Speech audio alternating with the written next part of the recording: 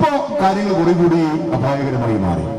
കേരളത്തിൽ നമ്മൾ മനസ്സിലാക്കേണ്ട കാര്യം, കേരളത്തിൽ യഥാർത്ഥത്തിൽ ഹിന്ദുത്വ രാഷ്ട്രീയത്തിന് വലിയ വളക്കൂറുള്ളൊരു മണ്ണാണ്. നമ്മൾ നിഷേധിക്കാൻ പോയിട്ടൊന്നും ഒരു കാര്യമില്ല. പുറത്തേക്കൊക്കെ പറയാൻ നോക്കുന്നത് നല്ല വളക്കൂറുള്ള മണ്ണുണ്ട്.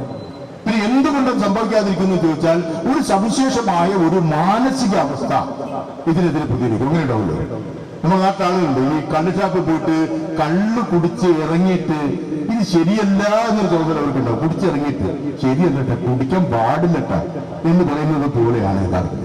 ഇങ്ങനെയൊക്കെ സാഹചര്യമുണ്ട്.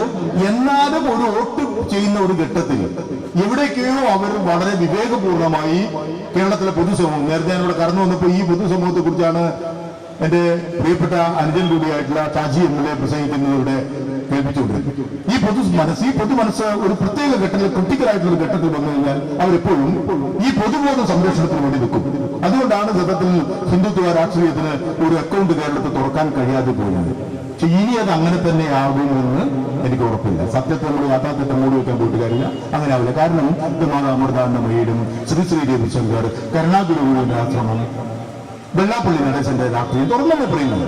ഇതൊക്കെ തന്നെ ചേർത്ത് വെച്ചുകൊണ്ട് രൂപപ്പെട്ടു വരുന്നൊരു സാഹചര്യമുണ്ട്. ഈ സാഹചര്യത്തെ വളരെ എളുപ്പത്തിൽ മുതലെടുക്കാൻ സാധിക്കുകയും ചെയ്യും. അങ്ങനെ മുതലെടുക്കാതെപ്പെടാതിരിക്കണമെങ്കിൽ നിങ്ങളെ പോലുള്ള യുവജന സംഘടനകൾ വളരെ വളരെ സമർത്ഥമായി ഈ മുസ്ലിം സമുദായത്തെ വളരെ വളരെ ഉദാരമായ ഒരു ജനാധിപത്യത്തിന്റെയും മതേതരത്വത്തിന്റെയും തലത്തിലേക്ക് അതിനെ ഉയർത്തിക്കൊണ്ടുവരണം. നമ്മളെപ്പോഴും നോക്കണം, കേരളത്തിൽ 5ാം മന്ത്രി വിവാദമൊക്കെ ഉണ്ടായ സമയത്ത് അതിനകത്ത് പ്രതികരണം വരാനുണ്ടായ സാഹചര്യം യഥാർത്ഥത്തിൽ ഈ മണ്ണിന്റെ ഒരു പ്രത്യേകത. അവിടെ ഉള്ളിൽ കിടക്കുന്നുണ്ട് ഈ സാധനമാണ് ഓരോ സമയത്ത് പ്രതികരിക്കുന്നത്. ആ പെട്ടെന്ന് പുറത്തു വരും. ഓരോ ഘട്ടങ്ങളിലും സങ്കീർണ ഘട്ടങ്ങളിലൊക്കെ പെട്ടെന്ന് ഇത് പുറത്തു വിടുന്നതായിട്ട് കാണാം.